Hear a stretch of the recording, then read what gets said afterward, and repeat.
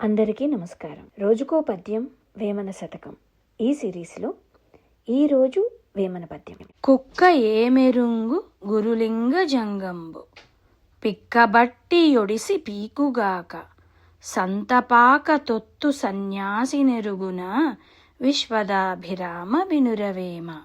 దీని అర్థం ఏంటంటే, పిక్కబట్టి పీకడమే తెలిసిన కుక్కకి ఎవరు గురువో ఎవరు జంగమో అన్న తేడా తెలియదు కదా, అది గురువునేనా కరుస్తుంది. అంటే అజ్ఞాని అయిన వాడికి మహానుభావుల గొప్పతనం అర్థం కాదు. వేమన గారు దీనిని మరొక ఉదాహరణతో చెప్తున్నారు.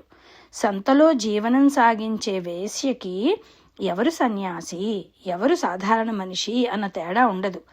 ఆమె వృత్తి ప్రకారం డబ్బే ముఖ్యం.